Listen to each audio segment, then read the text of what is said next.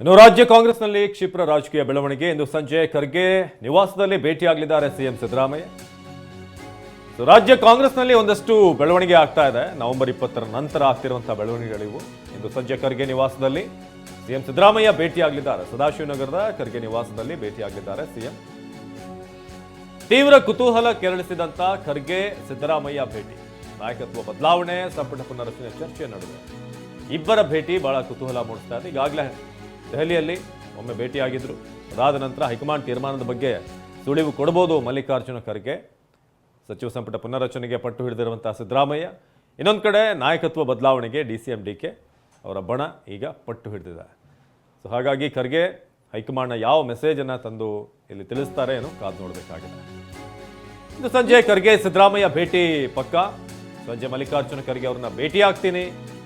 ಬೆಂಗಳೂರಿನ ಹೆಬ್ಬಾಳದಲ್ಲಿ ಸಿಎಂ ಸಿದ್ದರಾಮಯ್ಯ ಹೇಳಿಕೆ ಕೊಟ್ಟಿದ್ದಾರೆ. ನಿನ್ನೆ ಮೈಸೂರಿನಲ್ಲೂ ಕೂಡ ಈ ಮಾತನ್ನು ಹೇಳಿದ್ರು. ಇವತ್ತು ಕೂಡ ಮತ್ಸ್ಯಮೇಳದಲ್ಲಿ ಕಾರ್ಯಕ್ರಮದ ಬಳಿಕ ಸಿದ್ದರಾಮಯ್ಯ ಈ ಬಗ್ಗೆ ಮತ್ತೆ ಒಮ್ಮೆ ಕನ್ಫರ್ಮ್ ಮಾಡಿದ್ರು. ಇವತ್ತು ಪಕ್ಕ ಭೇಟಿ ಆಗ್ತೀನಿ. ಭೇಟಿ ಖರ್ಗೆ ಸಾಹೇಬ್ರು ಎಷ್ಟು ಭೇಟಿ ಆಗ್ತೀರಿ ಸರ್? ಇಲ್ಲ, ನನಗೆ ಎಷ್ಟು ಸಾಯಂಕಾಲ ಭೇಟಿ ಆಗ್ತೀರಾ? ಸಾಯಂಕಾಲ ಭೇಟಿ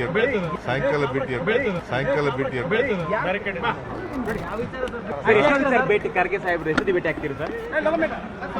ಇಲ್ಲ, ನನಗೆ ಎಷ್ಟು ಸಾಯಂಕಾಲ ಭೇಟಿ ಆಗ್ತೀರಾ? ಸಾಯಂಕಾಲ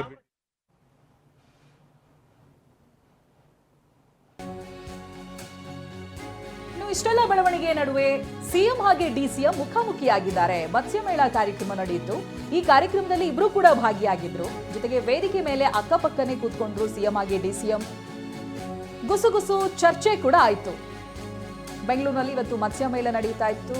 ಈ ಮತ್ಸ್ಯಮೇಳ ಕಾರ್ಯಕ್ರಮದಲ್ಲಿ ಸಿಎಂ ಹಾಗೆ DCM ಕಾಣಿಸ್ಕೊಂಡಿದ್ದೊಂದು ವಿಶೇಷ.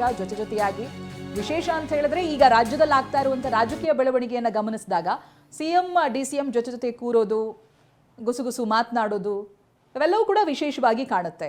ಯಾಕೆಂತ ಹೇಳಿದ್ರೆ DK ಬಣ ದೆಹಲಿ ಯಾತ್ರೆಯನ್ನು ಕೈಗೊಂಡು ಅಲ್ಲಿ ಹೈಕಮಾಂಡ್ ಭೇಟಿಗೆ ಪ್ರಯತ್ನ ಪಟ್ಟಿರೋದು, ಮಾತನಾಡಿರೋದು, ಚರ್ಚೆ ಮಾಡಿರೋದು. ಮತ್ತೊಂದು ಕಡೆಯಲ್ಲಿ ಸಿದ್ದು ಬಣ ಪ್ರತ್ಯೇಕವಾಗಿ ಕಾಣಿಸ್ಕೊಂಡಿದ್ದು, ಅವ್ರಗಳ ಮೀಟಿಂಗ್, ಚರ್ಚೆ, ಇದೆಲ್ಲದರ ನಡುವೆ ಇಬ್ರು ನಾಯಕರುಗಳು ಈ ರೀತಿಯಾಗಿ ವೇದಿಕೆ ಹಂಚಿಕೊಂಡಿರೋದು, ಅಕ್ಕಪಕ್ಕ ಕುಳಿತು ಮಾತನಾಡಿರೋದು ಕುತೂಹಲವಾಗಿ ಕಾಣಿಸ್ತಾ ಇದೆ.